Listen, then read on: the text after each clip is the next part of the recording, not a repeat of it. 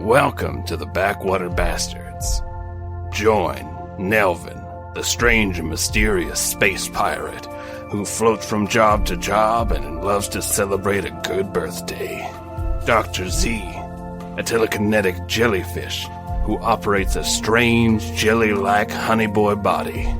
And Cleo deCap, an earth sign with a human soul trapped inside that loves to make a good old-fashioned boom. These three bastards from the backwater edges of space are joining us once more for another tale with the Replicant. Now join me with my bad, fake DM Dick Dynamite accent with The Dead Song, Part 1.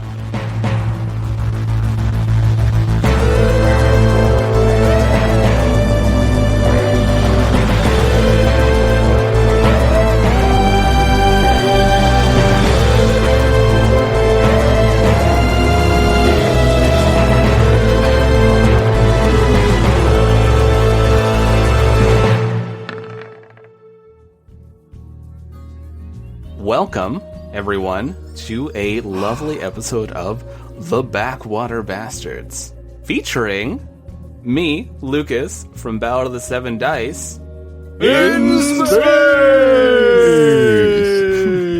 In space!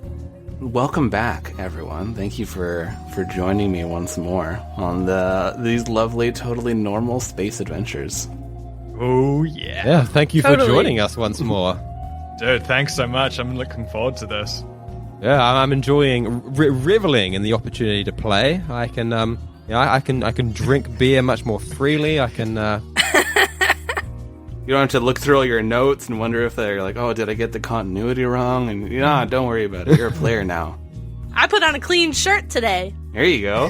Although, I somehow managed to screw up the continuity as a player anyway, because Nelvin had 3 arms at one point, and then he showed up again with 4 arms. He just got another one. Like, if you got one arm installed, you can get another one installed. Like, this is true. Yeah. It doesn't really break continuity, but it was an error on my part. Never enough arms. It was never addressed.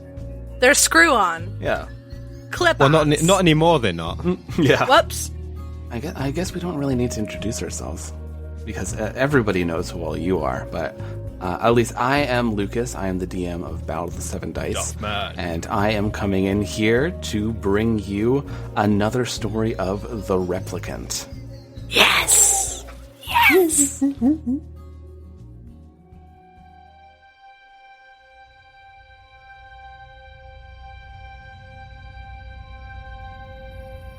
We start off with all of you sailing through space. Dr. Z and Cleo, you're sitting in one of the main seating areas of the Grey Dragon, just kind of like a place where you can relax and just hang out. You had one hell of a party once more again last night. And do you remember the best. Harry was doing people were doing body shots off Harry, like it was going crazy. You don't even. Ew. Yeah, Get a little bit of that glitter. That's right. Get a little bit of that hairy. Yeah, he likes wearing glitter. That's a fact. At one point, though, in the night, That's called a garnish. you lost Harry, and you figured man. Harry probably made it back to the ship, and you were a little too inebriated to go look for him. So you figured he's smart. He's with the Empire. Like, he knows what he's doing. He usually says really big words, so he's got this. Yeah. So you stumbled back to the ship, and you figured Harry was on there, and you let Reese take you away. So on the Grey Dragon, you are just hanging out on the couch. You're having the next day meal, which usually consists of a lot of the junk that you ate the night before, and you're just still eating it. Oh, yeah. A lot of salt. Yeah, you have you're dipping that good mayo into your bowl, and you hear the toilet flush once more. And Nelvin, it is deja vu. You're stepping out of there. You had one hell of a night. You're pretty sure you did a body shot of some weird old guy, and you're stepping out of the washroom. You're like, oh my god, what a night! And you're looking right at a jellyfish inside of electronic jelly, aka the Honey Boy, and a large armored bear as they're just staring back at you. The classic. Darn it! How the hell has this happened again? Yes, but did you flush? Ow. Did you make sure that you heard the click sound as you pushed that button? It has been it's taken some wear and tear. I don't know. Wear and tear. Wear and bear. Yes. Mug idea, t-shirt idea.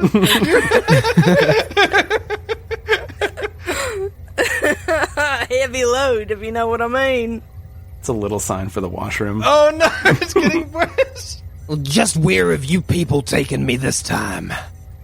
Well, I'll be a Terrapin's uncle. Yes. Nellie's back. Yes. Oh, I mean, I'm not sure where we're taking you. I was actually just waking up myself. Reese, are you there? I could do a really bad Reese impression if you want. Yeah. You. I think you're the one with the info. So, All right. Let's see if I can get into. All right, I'm panicky. I'm a little worried that the bastards are once again going to destroy me. We might. Bastards! Never thought about it. What is it, Dr. Z? Where are we, Reese? And good morning. We're flying into Wraith space, just as you asked me the night before. Yes, just as I asked. Excellent. Thank you, Reese. You slurred. I what? You slurred it to me the night before, I should say, but you were very insistent on entering into Wraith space. Yes, well, Dr. Z ain't never wrong. well... You knew what he meant. You knew what he meant. Thank you, Cleo, yes. Yes, yes. Yeah. makes sense. It's one of the few places you people don't seem to have a price on your head. Well, Tore down a few posters for you, Cleo. oh, Nelly, ha! And what about me, Nelly? Did you tear down some posters for me, Nelly? There were too many posters of you. Probably. Too many posters of you, Z. You know that. They just pave them up. Wallpaper. I just hope they got my good side. Those pictures, they're always the worst. Do they have to show you it? They're gonna stick them up everywhere. You may as well look your best, but, well... Well, I wouldn't know nothing about that. Do you want to see the message you were sent last night again? We were sent messages last night? Yes, you viewed them. Right, yes, well, yes, let's watch them again for Nellie's sake. One of the panels on the wall, it's, more for safety's sake, because there's a large armored bear walking around here. It flips around, revealing the TV. That's how you keep it safe, is you just flip the panel. And so it flips around and this screen pops on. And it's this beautiful BioLife ad. And you see, like, the sun is rising over this lush green field. There's a family playing. They're laughing and throwing a ball back and forth. And it goes, "Here at BioLife, we care about the family. We care about the working person. We care about you. At BioLife, we don't just use Bastards! We try to... I need you to meet me. I knew this was gonna happen, and I was so hoping that it would. How did you know it was going to happen, Tick? I fucking... You see the father, he turns towards the screen, and his husband comes over and, has his arm around him, and they're laughing, and one of them, his head starts, twitching and moving rapidly, and he looks over at the screen, and there's, 8 eyes that are on his face, and they say, I have input the coordinates into this message. Please bring your ship. It is of dire importance. And the head twitches and flicks, and you see as this beautiful lush green field is suddenly, it looks like the whole area has been polluted. There are large factories in the background. The animals that were just in the background grazing and the birds flying, now it's just skeletons everywhere. And this family's still staring, smiling, each of them having 8 eyes, the children standing having 8 eyes. hell. And the couple, they're all standing smiling, and you just hear in this distorted voice, BioLife. Because we care. Oh, and then it flicks off. And you so see, excited. right at the bottom of this message, you see their coordinates. Well, I have to say, advertising has ramped up lately. I mean, Wow. I mean, what do you think it costs to place an advert like that out on the space waves these days? Would you like me to look it up? Yeah, sure, why not? We could look that up. Right, place your bets. How much do you think it costs to make that ad? 1 moment, please. That was ridiculous. While you're doing this, Cleo's gonna pull something out of her armor, and it's kind of smashed and dirty, but it's a clown horn that she's been saving. She's gonna wipe it off on herself and be like, "It's time." Didn't you give that clown horn at the very end? No, this was one I made, Lucas. Okay, I gotcha. Another. You're holding this clown horn, and Reese's voice pops back on. 845,000 credits. Right, well, that's a lot. All right, let's take these coordinates in. Yes, put them up. Reese, uploading coordinates now. You uploaded them last night. Oh, of course I did. Yes, re-uploading then. Okay. You see, Nelly, you see that? That's called the scientific method. Dr. Yes. Zeno, he'd do everything double. That's how you know. That's how you know. Yes, and sometimes we have to call you multiple times as well, but that's just Well, that's just because we are being real, thorough. Yeah, that. Yes, I have noticed your thoroughness. Yes. Well, some people pay extra for that. Yes, we would hate for you to miss out on hearing us call you, so we make sure that you find out. For science. Yes, science. High five. Does Cleo knock you over or go straight through the honey? Probably just puts the hand in the honey and just pulls me back with it, like, whoa. Creates a sort of like a rippling effect. It's the perfect so wave good. you've ever seen, though. Oh, yeah. I'm there. I'm there. So the screen changes from the BioLife ad message to a map that's showing, basically plotting your course. And Reese has been sure to avoid certain checkpoints because, well, you don't have a great reputation. And as you're looping around these checkpoints, you see that you're very close to the destination. You see that you'll probably be there in just a few minutes. Oh, brilliant. Well, looks like I'm here for this one then. Let's see what our old compadre wants. Yes, well. How did you get here anyway? There was a long line for the bathroom. Ah. And so what, you've just been in there the entire time? Well, there was a long line for your bathroom as well. You're a mysterious one, Nelly. You see that there is a door. There are claw marks, blaster marks all around it. Like somebody's trying to... There are people who've tried to hack at it with axes and energy blades. And the door finally creaks open, and you see Harry is passed out on the toilet. And that is the bathroom no one was able to get into all night. Oh no, is he dead? Is he dead? Dr. Z, poke him. I think it's best that we leave him be. I'll just place this water next to him. There you go. You hear a few grumbles about the Empire and glory as he just rolls over.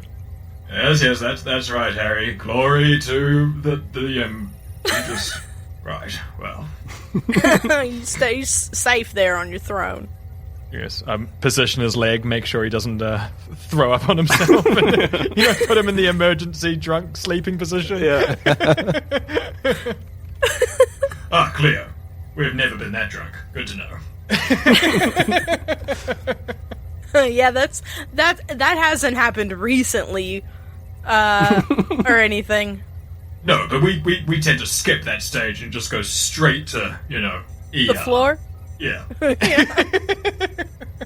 We've never had to be rearranged like that because we pass out horizontally first. We pass out when everyone passes out, so there's no one to help. Listen, we've all passed out on the toilet before. It happens. Oh, I would love to do it again. Well, good luck. You know what? Tonight's the night. Saturday! You see the screen that shifts, that shifted to the map, then shifts to the front view of the ship as Reese proclaims, "We've arrived at the rendezvous point." And you look, and sailing through space, you see this asteroid. It's quite large. It's floating very lazily. And you can see, like, as it's slowly making a rotation, there is a little building on top of there. And as you get closer to the asteroid, you can see that the sensors are picking up that there is actually an artificial gravity field that's enabled around this asteroid, allowing you to land. Excellent. Well, that looks like the location. I guess, well, I'd say strap in, but I think like we're all a bit loosey-goosey jelly-like, and we could probably do this freestanding. Yeah. So let's take her in, Reese. Very well. You see, flying towards this small building, now that it's coming more into view, it has the appearance of a roadside diner. This neon sign is flickering on it, saying Griselda's One-Stop Grub Hut. And you can see through a few windows that there are some patrons inside. As your ship is landing, you see there are a few other ships around this area. I'm so happy. You see there are some people that are like standing outside the diner. Maybe they're having one of those e-cigarette moments, trying to look cool. But it looks like there's even like an environmental field that's been put around here, allowing people to breathe. And a lot of the people that are wandering back to their ships or standing outside the building are not the usual Terrans, Wraiths, or Synths that you're used to. These people, some of them look quite large, like hulking forms walking on their knuckles.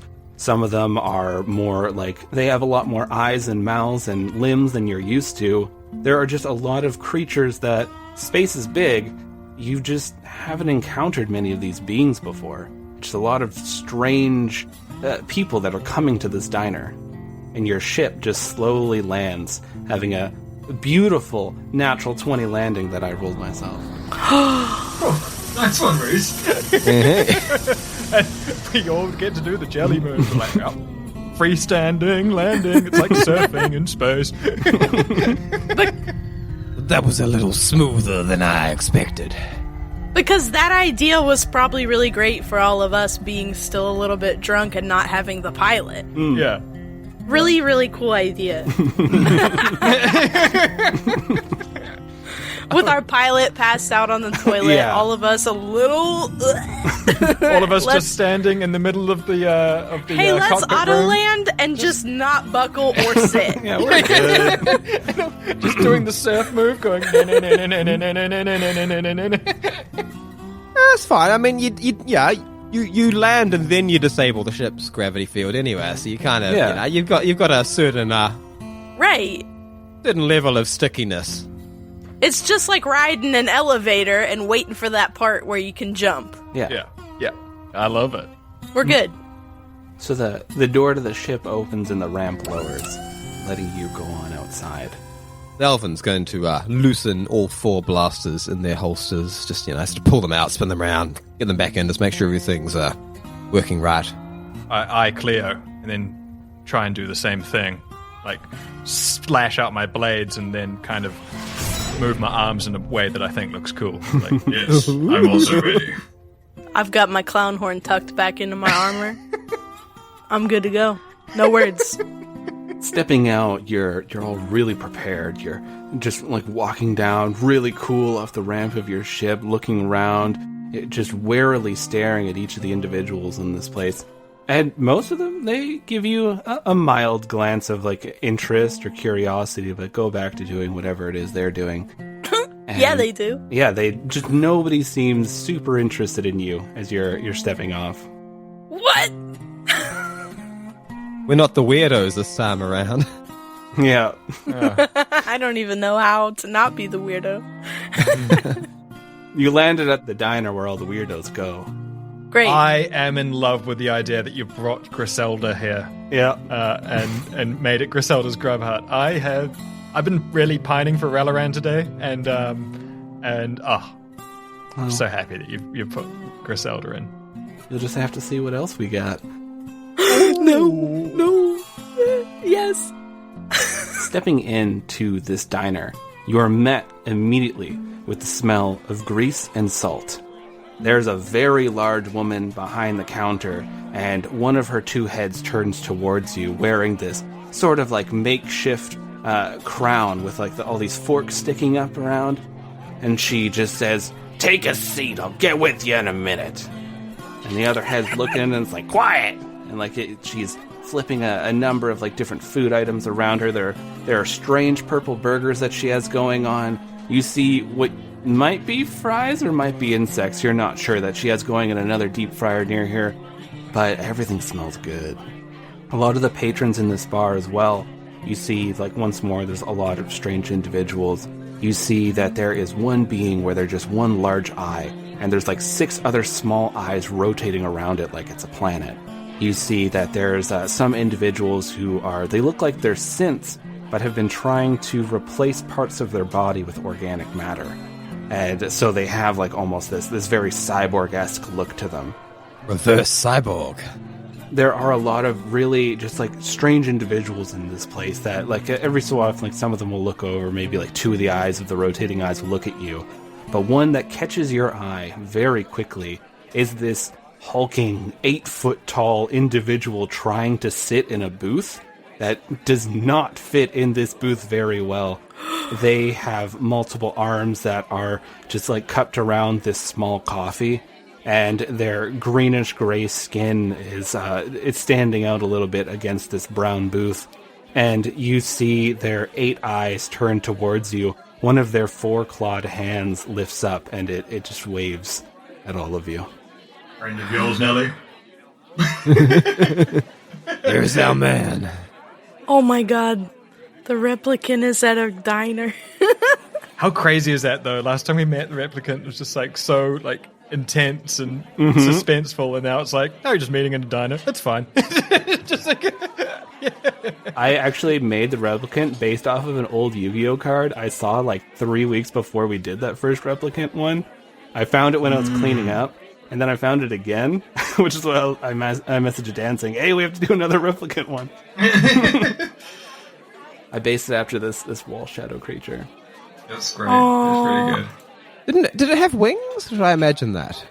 No, it just had like four large arms, then it had like multiple legs and stuff like it. But it could also like change its body. Like metamorphosis was very easy to this creature, so it could very well create wings, another head.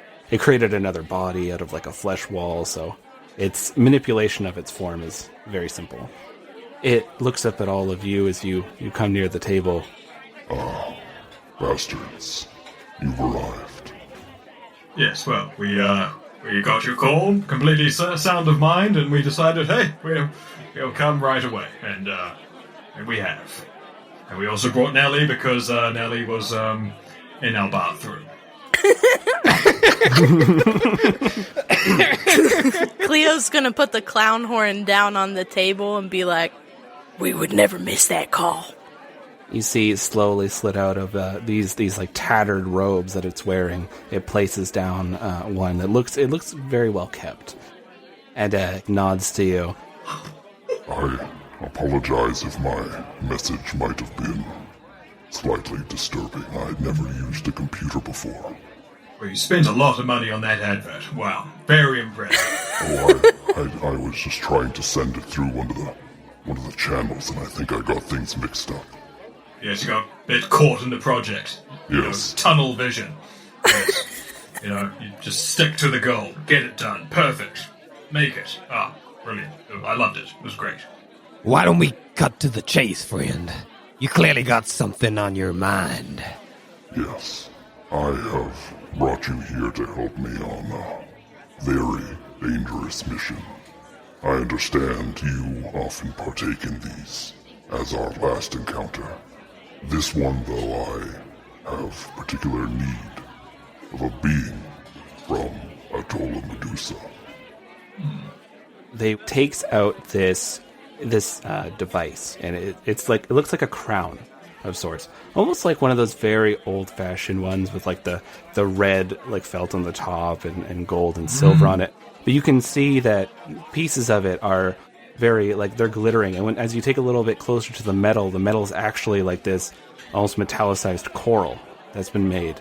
And Dr. Z, you've never actually seen one of these. You've heard about them, but you know that these are used by the elites of Atula Medusa to actually manipulate and activate a lot of technology from your homeworld. Right, one of them bloody pathetic crowns that those fancy lads all wear on... Well, yes. Grumble. The problem is I cannot use it. Yes, well, you have to be one of them, What would we call those jellies? The elite jellies. All I can think of is elite jelly, but... You could say, like, noble birth or, like, nobility or something. Yeah, like a noble birth jelly, like... Oh my god, Dr. Z having to admit that he isn't, though? One of those soft bodies or something? Which is ironic because all jellies are soft. I'm not Baron Debauch anymore. I'm I think I'd be... I mean, I'm well aware of being out, doing cash jobs. I mean, like, Dr. Z is like a real black sheep of the family as well, isn't he? Because he, like, goes out, like, out of the water and just, like, rocks around in a robot body, like... Yeah. This would be, like, completely unacceptable. Living among humans and stuff. He's some weirdo who's left home. Yeah, so I'm trying to, like, think of how I would word that. I'm looking at this crown, knowing that it's from the noble and the elite, and I kind of have some disdain for it, like, meh. Those pathetic bloody creatures having to rely on this technology to get what they want. Just do it. My new brand. Yes, I understand that you may not favor this technology, but unfortunately the BioLife facility that I need to infiltrate is using this to protect something that is important, something I need to bring my people back. Right. I'm willing to offer you 10,000 credits, and even something after this mission is completed. I understand that during this mission, though, you may die. It is dangerous. It's not a great sales pitch there. I don't know. The big guy's talking my language. Right. If Nellie's in, I'm in. I'm totally in, Nellie. I think it's great. But I'm taking that last credit when we split it. 3-3-3-4. Right, well, that does make an even equation, and you totally deserve it, Nellie. You are brilliant. The planet is heavily protected. Here in Wraith Space, it has a lot of automated security. We will need to use a friend of mine to get in. The Grey Dragon will be safe here. I have a few acquaintances who can look after it. I have a friend, Veskanoth, that can take us there. Just looking left to right at Dr. Z and Cleo, checking that they don't look concerned because I don't need any wussies on the mission with me. It's like one of those old school movies where the camera like looks at the person, then moves to the left, and then looks at the other person, then moves to the left, and they turn around and look. Yeah, I'll turn around and look at Cleo then. Well, I'm gonna collect my clown horn from the table and honk it. I've been in since the first one. Way to ruin the moment, eh? It's just so intense. Well, the best part is the replicant doesn't understand all the societal norms, so he lifts it up. And the replicant honks his thinking, this is what you do. This is what you do. It is what you do. Love that.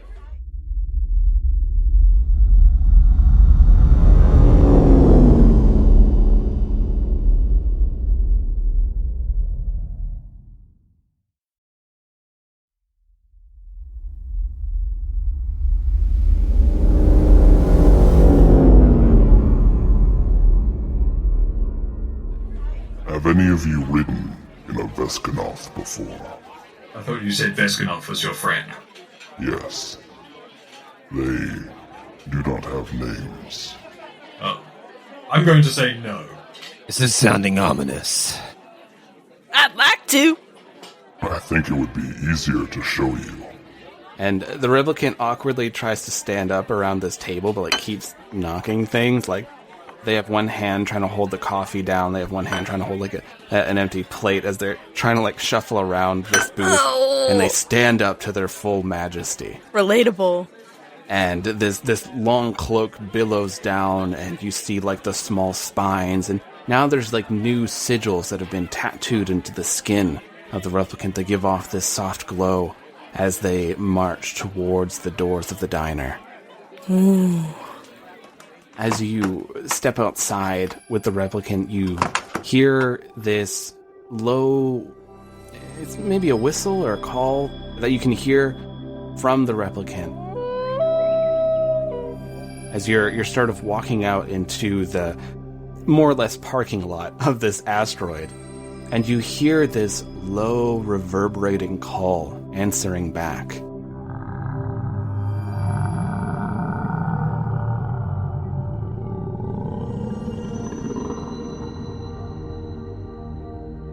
As you watch, you see as floating around from the other side of this asteroid is a creature about the same size as the Grey Dragon. This massive being has almost a brain-shaped body with a large, sharp beak sticking out of it. Thick layers of black carapace cover its body. Massive tendrils hang down from it. These tendrils have tiny tentacles that are sticking off each of them, and at the very end of the tendrils it ends in these large talons. The replicant reaches out this clawed hand, and you see as one of the tendrils with their talons reaches out, and they touch each other, and you see that they enters this very peaceful-looking state as the eyes are closed, and turns back to all of you.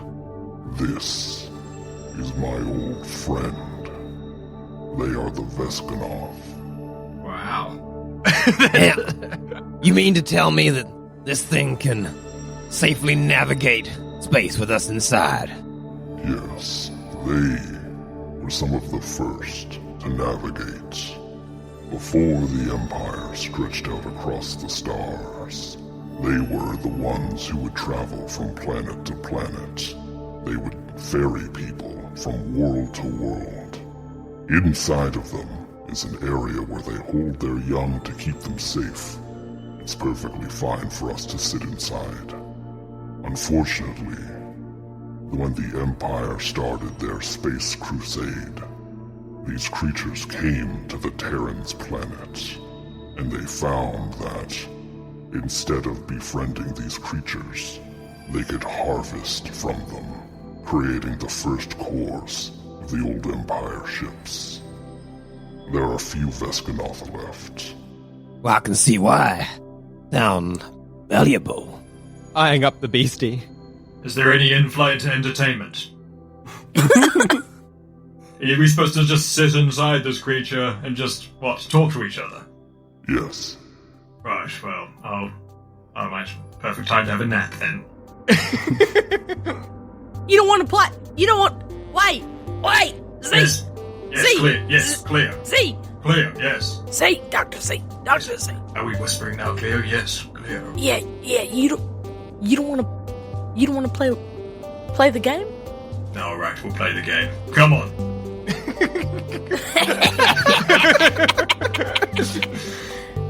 Sleeping's for losers. Let's play the game. ain't that what you say, Nelly? Ain't that Nelly's gonna play the game because Nelly will Nelly, play the game, yes. Nelly. Nelvin spends quite a long time just sort of standing there, frowning at the two of them, and not answering. I sleep when I'm dead, right, Nelly? Yes, that is a classic Nelly line. Nelly. Yeah, I'll sleep when I'm dead. Yes, Yeah. alright, I'll load up a 3-player game. But you'll play the game while you're alive, and we're alive right now, tonight. Come on, guys. Just one dice. We just roll it. turn.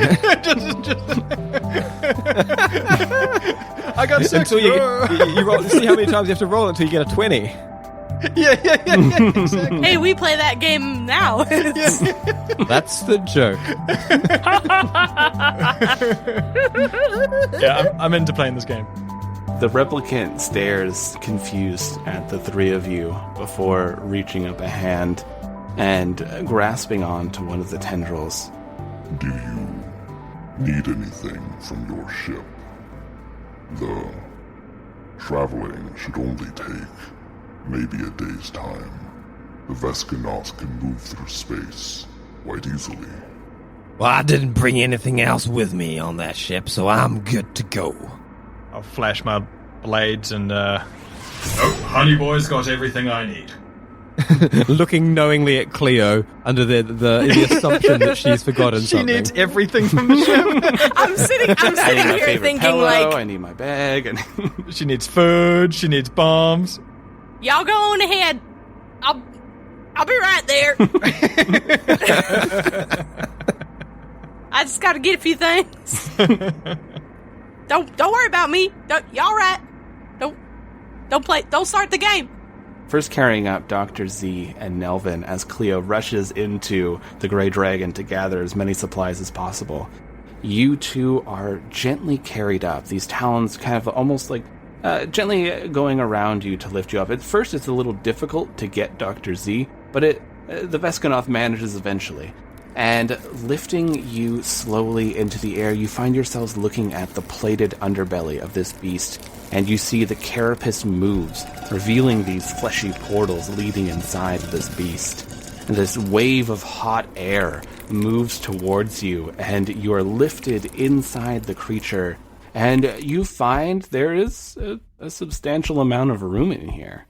You look around and see that the walls and floor have this pulse to them, this heartbeat. You can see the veins and arteries are inside this creature, that you can see them through the walls, the fluids moving throughout it. You see that there is actually an area near where the beak is of the creature. There's a thin membrane that is stretched out, and this must be how the young can actually see the outside, what's happening. And you can see what the Vescanoth can see. You can see quite a bit in space. Like, everything looks very clear. You're looking outside. But the thing that catches your eye is you see glittering lines of energy. You see one traveling around the asteroid that must be making up this gravitational field. You see one that is around the Grey Dragon, where it has its own energy going around, and all the different ships. And you can actually see out in the distance, those distant stars shine much brighter, as this creature must be able to see very, very far through space in order to help it navigating the dark depths. Wow. Pretty nifty. That's very cool. And the replicant comes up quite quickly after all of you, after the two of you. Yes, the young often stay inside when they travel through space, just to protect them from dangers. Yes, but still quite boring though, isn't it? Anyways, I'll load up the game. Cleo, you come back hauling an additional bag with you of all your stuff that you need. You need this stuff for the trip. I needed it. I really did. A rubber ducky falls out, and you pick it back up and put it back in. All of this is necessary. Oh, can't leave that. Can't leave that. Oh my! I almost lost Gerald. Gerald. Not again. I'd never leave you behind, Gerald. I love you. Oh, if Dr. Z could see me dropping Gerald, and he told me before, he told me not to watch him better, but I just can't, and Gerald I'm not does responsible what enough. He did. Well, it be what it is. It is what it be. It be how it are, and I just can't be responsible for anything else. I can't be responsible for myself. Yeah, you gotta move out, Gerald. You gotta get your own way. Be free. I don't want you anymore. Gerald, I can't. You can't depend on me like this. I gotta carry you up front. You can't be trusted on your own. Heard that before. So this long, stressed monologue happens as you're dragging your bag. You make it. The creature has to use an additional talon to lift up your bag, but the two of you see as Cleo is brought inside the creature. Cleo, it's a little snug getting through at first, but you're okay. You get up there and it's desperately clutching onto all my crap. yeah, and it's nice and warm in here, and it's good. It smells a little bit like raw meat, but you're trying your best not to eat the Veskanov. Okay, for now. I mean, yes. Is it as armored on the inside as it is on the outside? Not at all. No, it's very vulnerable on the inside. You feel this lurch as the creature starts moving, and the replicant sits down cross-legged, crossing all four of its legs. Yes, the planet we're going to, I believe, when I was using the computer, I got the name is, let's see here, E47M0R3. It is colloquially known as Planet Eat More. Right. Do we know anything of Eat More? I'm not familiar with these parts. Well, it once was owned by a Wraith Monarch, a very wealthy one, but as the war passed on, they had spent much of their resources trying to fight this war, and running out of money, they chose to sell their planet to BioLife and use those funds to move further into Wraith space. Now the planet is consumed by the factories. I do not know what this planet will look like, though I know what it once did. The replicant waves a hand, and you see this, vision almost. Not a vision, this, illusion, this, energy that's moving around in wisps. You watch as this beautiful scene is filled. There's these large, strange purple trees that are lifting high into the air. Very lush fields. You see animals are everywhere. There's large oxen-like creatures with 6 legs that are just charging through as they're being chased by these strange, almost arachnid-like people that are trying to hunt them down. These vast mountains in the distance. It looks very, very rich with natural resources. They wave a hand once more, and the vision goes away. That's what the planet used to look like. I do not know what it was like after the Wraiths moved in or after BioLife took it over. Right, but what we do know is that you are perfect in-flight entertainment. So just keep doing that, and we'll be there in no time. I have thousands of memories of what space was like. Let me show you more. Thank you, yes.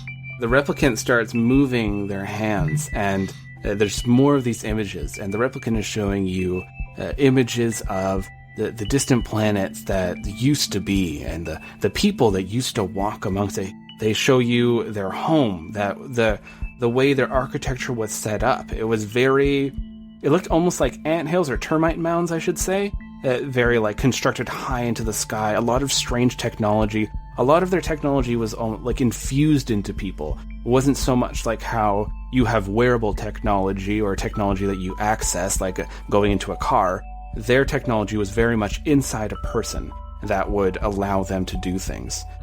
And you see just that they're showing you that how they would go by and check out all of the planets that would have people on them before they would have space travel. And they showed you what Terran was like. A lot of their home planets before they decided to rush off into space. And it adds up about what it was. They're destroying their own planet, trying to kill each other. And so you're like, okay, yeah, that makes sense. They show you the rise of some of the first synthetics and how they were shown to be they were very servitude. They would serve the Terrans or serve other species. Other species had their own versions of synthetics before they started gaining sentience.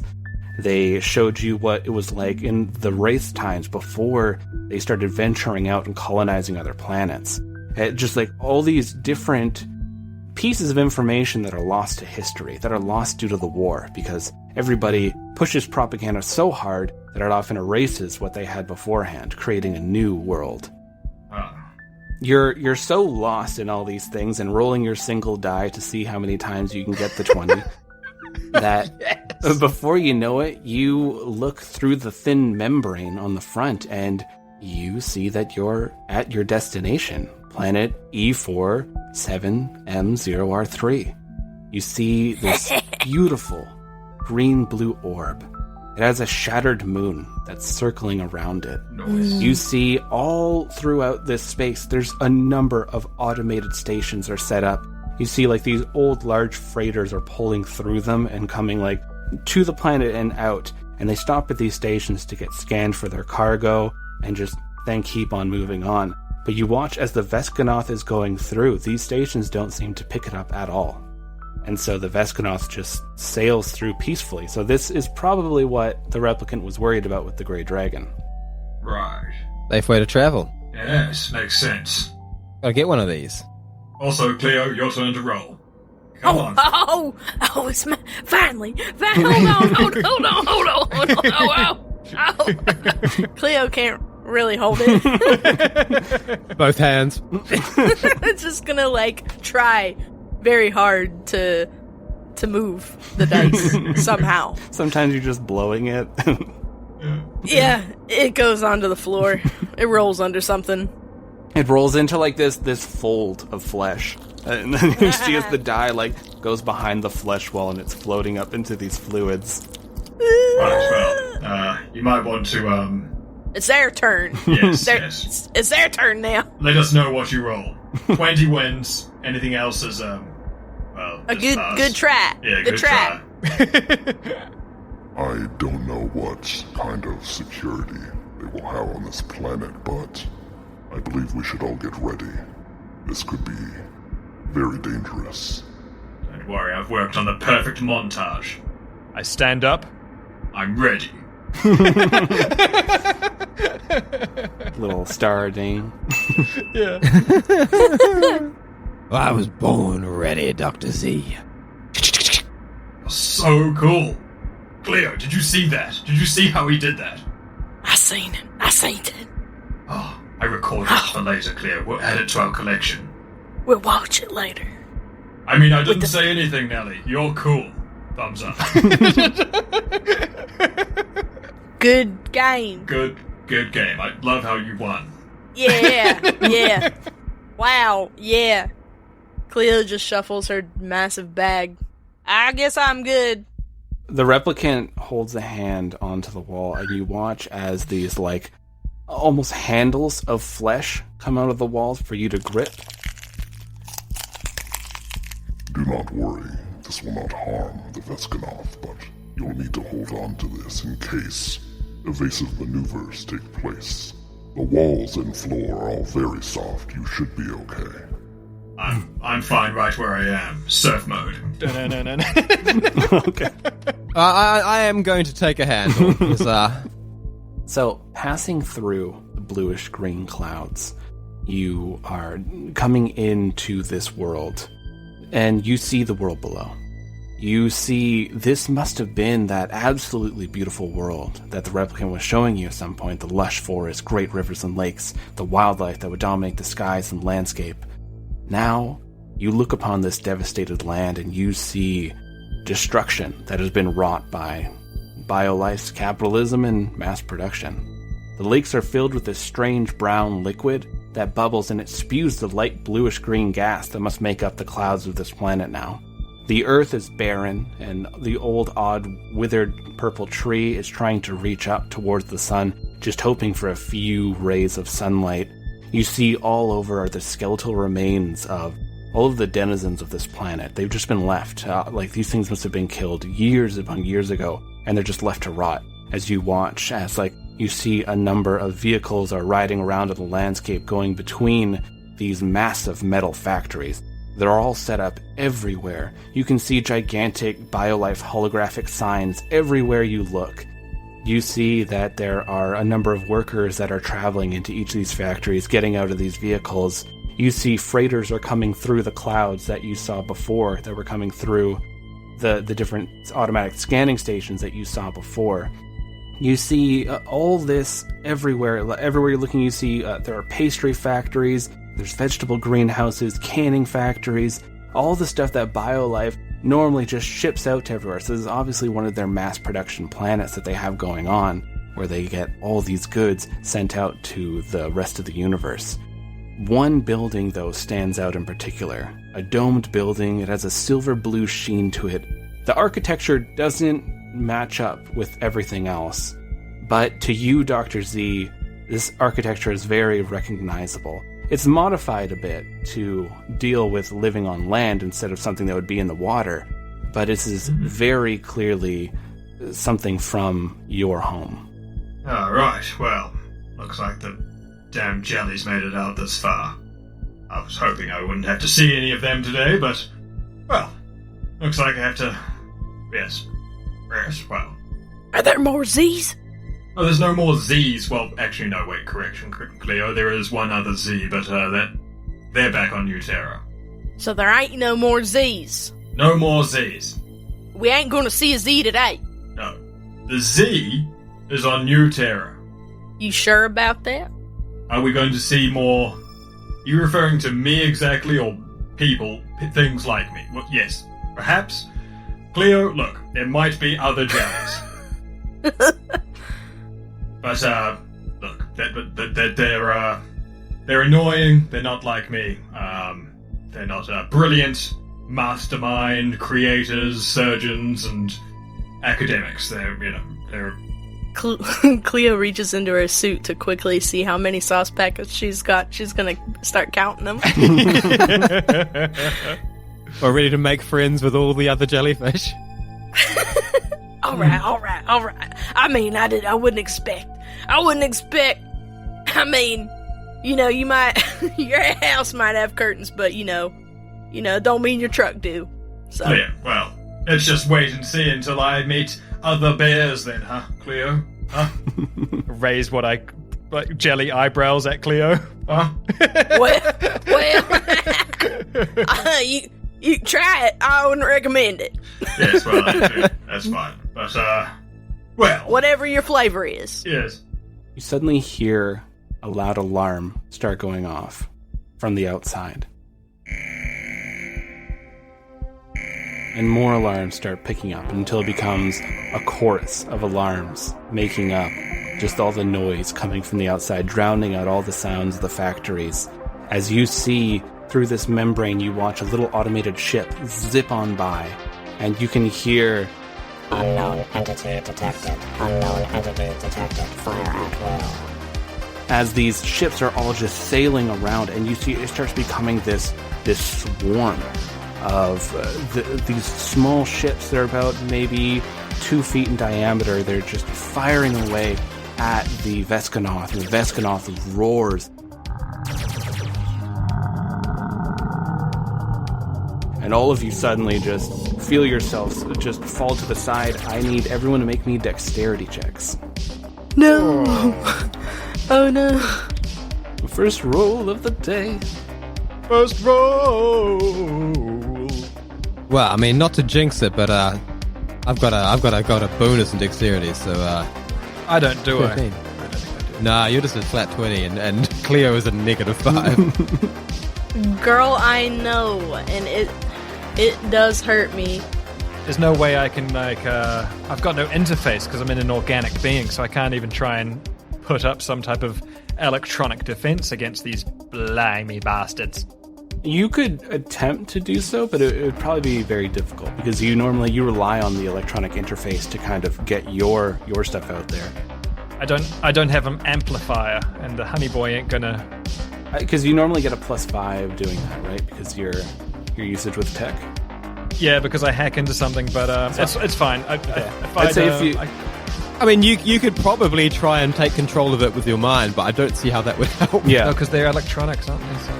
So you all are just flailing around here, and what did each of you get? Oh, I rolled 7. 7, Cleo? Got a 9. So you have a 9, and Nelvin, you got a 13. So you watch as the jelly and the bear rolling around, knocking into each other. Sometimes, like, the jelly goes around the bear and forms back up, and it's kind of comedic if it wasn't so scary at the moment, as you're holding on for dear life onto this strange flesh rail, and you see the replicant is holding on with these arms. This is going to be difficult. As you feel a sudden a lurch, the creature is just going down at an accelerated rate.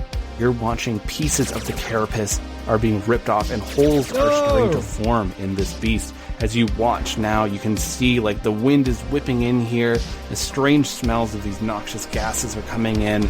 And this beast is roaring out in pain as you're watching these different ships just race along, firing at the creature. Don't suppose your friend's got any weaponry? There is something we can do. Though, my friend knew this trip would be a one-way. Right, so I'm definitely going to need to use this opportunity to try and do a hack then. You can see now these ships outside, so you can try to hack into any of the ships if you wanted to as well. Yeah. I'm like falling. I'm like, maybe my body is like stuck briefly to Cleo, so I've got a moment where I'm like a little bit stable. Yeah. My back is like, or what would be Z's back is stuck onto Cleo's back, like when you write a note or something. And I'm using that moment to quickly roll. Bugger, it's a 7. Fuck. You try interfacing into one of these automated ships that are flying by, and what catches you off guard is you're like, okay, this is about the size. It must be like a drone that's being controlled. If I can just get to where this is going, and then you try to interface with it, but there's something inside. There's something inside that's controlling this. It's small, and you watch as it just zips on by, and like it almost like pushes you back, and you can't reach out to these creatures, whatever it is that's flying inside this small thing. Oh, these are gonna be fucking jellies. And they are just firing away, and you get closer and closer. The creature's roaring out more. All of you are tumbling around. You now see more holes are opening up inside this beast. The replicant is holding one of the hands onto the creature. You see this energy is flowing from the replicant's hand into the creature as tears are starting to stream down from its 8 eyes. No.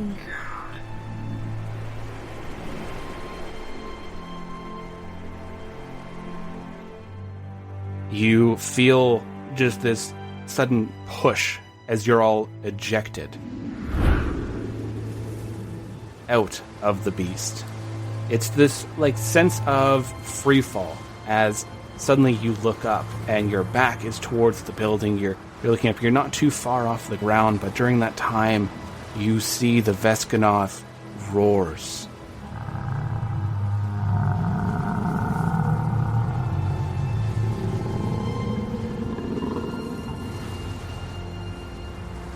You see all these holes, bits of it are falling down to the ground. These ships are swirling around it in this chaotic dance around this creature. You watch falling back towards the ground as it lets off one last beautiful note.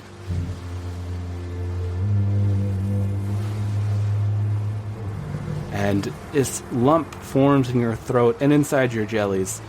As your chest kind of tightens up, you feel the mournful song that it sings out, and it lets out this blast of energy. You watch as the Veskanoth comes crashing down towards the ground a little bit away from you, and these machines just rain down around. You feel yourselves falling towards the ground as suddenly these, turning towards it, you see these fleshy hands reaching out, like forming out of each other, like one large hand and one large hand, and it keeps forming up until they get to all of you, and slowly you're just crashing through them, slowing your fall until you hit onto the ground of a large fleshy mass. Oh, man. I feel so upset that I didn't do a good job. Cleo's just gonna lay there and just say, "That's the best bomb I ever seen." Yes. And we also lost a dice. Bugger. You see one of the ships comes and it crashes maybe just a few feet away from you and rolls down near Nelvin's feet. I think like holding it in place with one rather sort of healed boot and just, shooting the thing, making sure it's properly decommissioned. Yeah, you don't need to roll for this because it's literally just underneath your foot. So you fire away at it a few times, and you watch as bits of it blast away, and just falling out of it is what Dr. Z suspected. There is another one of his kind, though there's something wrong with this one.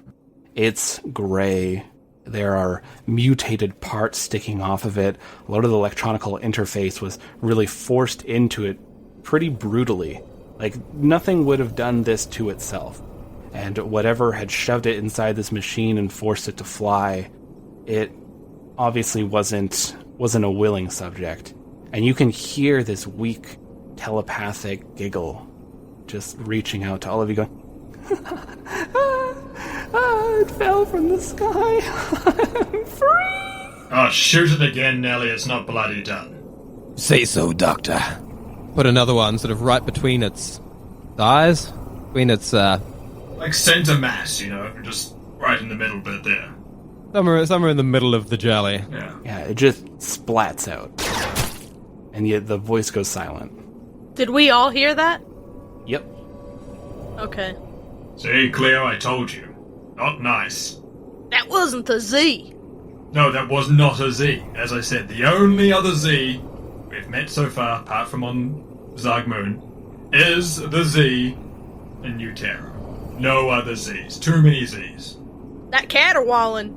What's that, Cleo? That wasn't the Z. No, that was not a Z. That wasn't this Z. No. What are you saying, Cleo? That was another Z. You can't call everything that we see Z. The jellies. They're Zs. Jellies, well, no. Well, they're jellies. They're not Zs. I'm Z. Too late. I understand this conversation seems to hold some cultural significance, but I do fear that we have very little time. We are outside of the dome now. We should hurry. Dr. Z, I will need you to wear the crown of your people. How much do I have to wear? Like, could I just... Z, you know you can wear a hat better than anybody here. Yes, but look at this hat. It's hideous. Just this glorious coral crown. This beautiful crown is worth so much money. But the only person that can make it look good is you. Most disgusting hat I've ever seen. I would rather go back to that what you call it, an op shop, and find one of those glorious hats there. Oh. This thing, look at it. No character. Ain't nobody in the whole verse make it look as good as you. Yes, well. Once we leave the facility, you may destroy it if you wish. Do I have to wear it right now? Yeah. You'll need it to open the door. Well, I'll put it on when we get to the door then. Wear it out, see. I'll absorb it into my jelly body, so it's in the body with me, but I'm not gonna put it on top of the jelly body. Does that technically count? As long as Dr. Z has contact with it, like maybe puts a tentacle on it, I'd say you could access the technology inside of it, because it's very much made for yours. Definitely not touching it yet. I'm very disdaining this thing, but it's in the body. Okay. Like, Cleo's like, I want you to wear the hat. Sort of like actively, like all your tendrils sort of like whoop, up on the other side. Like, yeah, exactly. There's the line. This side of the house is yours. This side of the house is mine.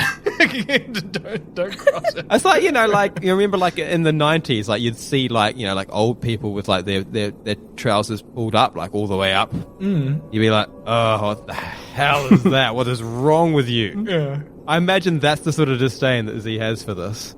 Oh yeah, I really don't want to wear it, but yeah. You are all traveling to the front door of this place. And you see, Dr. Z, this is clearly made from a lot of the same alloys and metals and stones from one of your, I guess from your home planet, because originally your people had taken all the water and just left and kind of said sorry to everything else that was on the planet.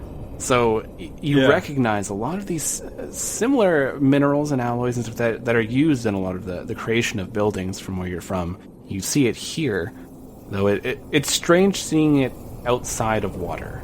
It has a different look to it, because of course the sun gets filtered coming through water, and there's bioluminescence that often you have placed around the area, but seeing this here now, just with this hazy sunlight poking through, it's very surreal. Yeah. So we actually haven't in the main campaign described what Atoll Medusa is like. As you describe it there, the Atoll Medusa planet where the jellies come from. The jellies had grown sick of living on the planet and being earthbound. Yeah, collectively had just decided, and they're very a collective group of group of things, decided to use their mind powers to just take all the water off the planet and then just move around space in a planet that's just water. Yeah. But in the process had killed everything else on the planet because they took all the water. So yeah, that's the planet. Yeah, that Atoll Medusa. I imagine that like one of their buildings, like it wouldn't have like a top or a bottom either, because it'd be floating in water. Very much, yeah. They'd be able to like go in and out of numerous ports in it, and that's why this definitely looks very strange, because it was made with your architectural style, but at the same time it's made for like land creatures. So there's like a door that's sealed, and so it's very Gaudi. Like it looks like two people had an idea and they couldn't agree, and they just both put their idea. Yeah. Brilliant. Coming up to these front doors, you see the doors made out of two sliding pieces of semi-opaque crystal. BioLife private facility is ingrained in the crystal, and there doesn't seem to be any keypads or anything else that would signal that you could open up this door. And the replicant turns towards you, Dr. Z, and said, "This is the tech that I'm not able to make it through your buildings are difficult to break into, it would seem." Yes, well...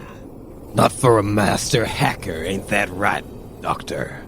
Yeah, have we tried hacking? I mean, I could do that before putting that hideous thing on. We could just try. I don't believe it's a similar kind of technology, but you can try. What do you think, gang? Should I just put the head on, or should I try and hack the door? I mean, what's the worst that can happen? Yeah. Da-na-na-na. Yeah, I mean, Dr. Z doesn't really want to... Because that hat is... I imagine like, if it's built by Atoll Medusa, like you'd literally just interface it with your tendrils, yeah, like telepathically, with the sort of the mind hack styles. Yeah, but I'd know that I need that hat to fucking get through. You probably would. It does seem that way. You know what I'll do is I'll like make it appear like I'm not wearing the hat, but I'm gonna like tuck a tentacle back and just touch the hat where I think no one's looking at me, and then try and open the door so it looks like I'm doing it, but really I'm touching the hat at the same time. That's very on brand. Yeah. So has Dr. Z ever used this like level of technology that the nobility would have had, the higher ups? No. But that could be like almost a character mode. That might explain like why he turned to like sort of hacking and like getting into all other like, you know, like things he's not supposed to, because he came from a society where there were things that he literally couldn't touch. Yeah. It'd be sort of like a, you know, like a sort of a weird kind of like, you know, like he's got this angst about it, so it's come out in his it makes a lot of sense. adult life. I've spent all my time trying to figure out how to use technology so that I can use it, and that use technology that everyone can use, because I'm like so angry at the elite technology. So no, this would be the first time, and that's definitely why I'm trying to keep it secret and make it seem like I'm doing it on my own. I don't need this fucking stupid hat. It's not a birthday hat, and it's not a merchandise hat. It's nothing cool. This is a stupid crown. So there's a cultural practice, the Atoll Medusa. There's something that they can do, as they're telepathic beings. They lived in water. They often had difficulties storing information at first. It wasn't an easy thing. A lot of it was just passed along. But one of the things that... It's an older practice of something that's done. It's kind of something that would have been taught to you, Dr. Z, but probably something that you never would have really had to either encounter or do, but they are able to ingrain information through a song that's placed in with telepathy. And it's a way that like you can almost see then. This song will create an illusion that'll show you what had happened or what they're trying to keep a record of. You touch onto this crown. Your disdain is having you barely touch it. And as you do, suddenly you see this ripple that comes out from you. The others can't see it, but you're seeing this song that's playing from this building. And it's not one of pride or conquest or something you're used to. There's so much pride that comes along with it, but instead you're feeling this song of sorrow. You're feeling this song of pain as they're creating this building. You can see these ripples of images made out of like these soft glowing little sparks of yellow energy of your people they're in these strange little pods, very makeshift, nothing as advanced as what you have, but very makeshift working uniforms. And there are these beings that just look like humanoid shapes that would come by every so often and electrocute them or like beat them down while they're constructing this building. And then you see through this song there is this connection to the door. You can see that you can just open it with your telepathic abilities. Well, I'm trying to think of something witty to say. Well, how do you feel? Do you think that we can't hear the song, but you can? Do you think that would make you feel anything? Yeah, so up to like the moment of seeing that there are people like humans like stabbing them with electricity to get them to do stuff, I was thinking like, I'm not going to fall for your silly sad song. Oh, woe is me, I'm doing the bloody collective's work again. Blah, blah, blah. I chose to be here. Blah, blah, blah. Get me in. And then right at the end I'll see the last few images of people in the background stabbing them and think, well, I mean, that's also not nice, but a slow crack appears in Dr. Z's cold jelly heart. Like the Grinch. You feel the connection to this door, and it's easy. You've never used this technology before, but it's also intuitive. It's so ingrained in all the things that you can just naturally do. You just reach out through it, and it's almost like you have an invisible hand that you just kind of push these doors open. And the two of you watch as these crystal doors slowly slide off to the sides. Well, that wasn't so hard now, was it? no, but do I need... I mean, that was incredible, right? I did that... I'll let go of the the crown. Yes, I mean, just classic hacking ability. You see, stepping inside here, it must be a lobby of some sorts. There are no lights on, which is strange. You look around, and this lobby, it has near the end of it, there's a reception desk, and you see this older-looking synthetic behind the desk. They're moving very shakily and like jerkily as they turn towards you. And you see it's one of the very old models of synths, where they tried to make them appear, like emulate the appearance of a Terran. So you see she turns towards you. Half of her face is this metallic skull, clearly missing the synthesized flesh that was used to put over this creature. And the other side has this human look to her. And you hear this synthetic voice call out to you, Greetings, and welcome to BioLife's first private facility.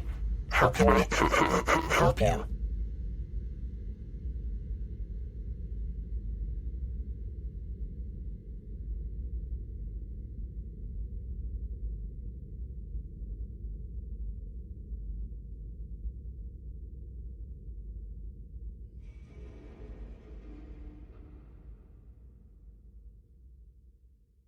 Hey, space trash! Hey, yeah, you! Yeah, you! You want to be a bastard? Oh, here's how.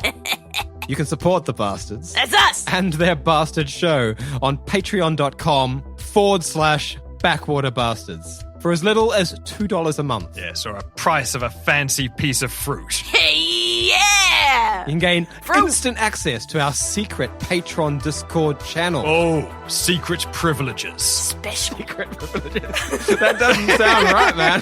Oops, I mean special privileges. Who doesn't want And that? hours of top secret, uncut bastard derail. Secrets. That's right, secrets. And There's merch. There's merch! Don't want to spend any cash? You can still help us out. Leave us an iTunes review so we can climb the charts. yes, climb those charts. You know how much I want to climb charts. So send us proof More than of your anything. iTunes review. Laminated. And the 16 that you did on your friends' phones. Get out there. Spread the word. But at the end of the day, we are glad you're here. And we want to know what you think. So don't forget to join our free Discord community. The link is in the show notes. Oh, it's free. It's free. And there's tons of cool shit in Tell them about the meme pit. Tell There's them. Cleo's meme pit, there's Dr. Z's computer room, and